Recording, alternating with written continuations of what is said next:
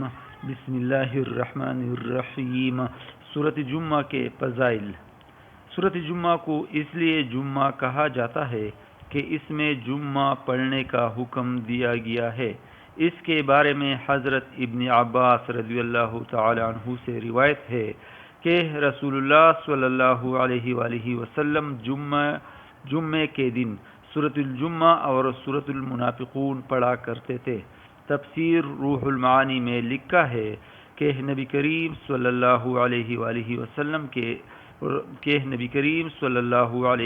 وسلم جمعہ کے دن عشاء کی نماز میں بھی سورۃ الجمعہ اور سورۃ المنافقون پڑھا کرتے تھے۔ روح المعانی۔ حضرت ابو ہریرہ رضی اللہ تعالی عنہ نے جمعے کی نماز میں پہلی رکعت میں سورۃ الجمعہ اور دوسری رکعت میں اذا جاء المنافقون پڑھی تو ابو ہریرہ سے ابن عباس رضی اللہ تعالی عنہ نے کہا، آپ نے وہیں دو صورتیں پڑھی ہیں جنہیں حضرت علی رضی اللہ تعالی عنہ کوفہ میں جمعہ کے دن پڑھا کرتے تھے۔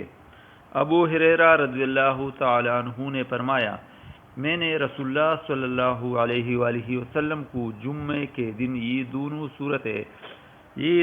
صورتیں پڑھتے سنا ہے۔ مسلم شریف۔ جمعے کے روز اس صورت کو 11 مرتبہ پڑھنا بے پناہ ثواب کا سبب بنتا ہے اور اللہ تعالیٰ اس سے راضی ہوتا ہے اور اس کے نام اعمال میں 10 گنا زیادہ نیکیوں کا اضافہ کر دیتا ہے۔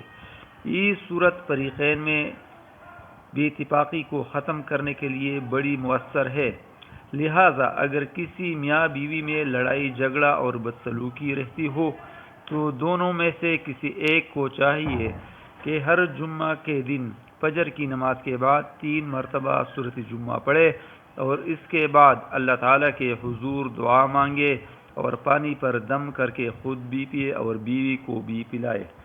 انشاءاللہ تعالیٰ اس کلام کی برکت سے نفاق دور ہو جائے گا اور میاں بیوی میں محبت پیدا ہو جائے گی۔ اس عمل کو 7 جمعہ تک کرنا چاہیے۔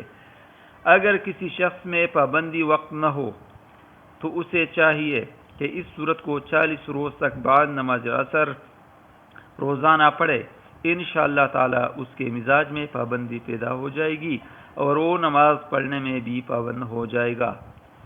ترقی رزق کے لیے اس صورت کو تہجد کی نماز کے بعد 3 مرتبہ 41 روز تک پڑھے۔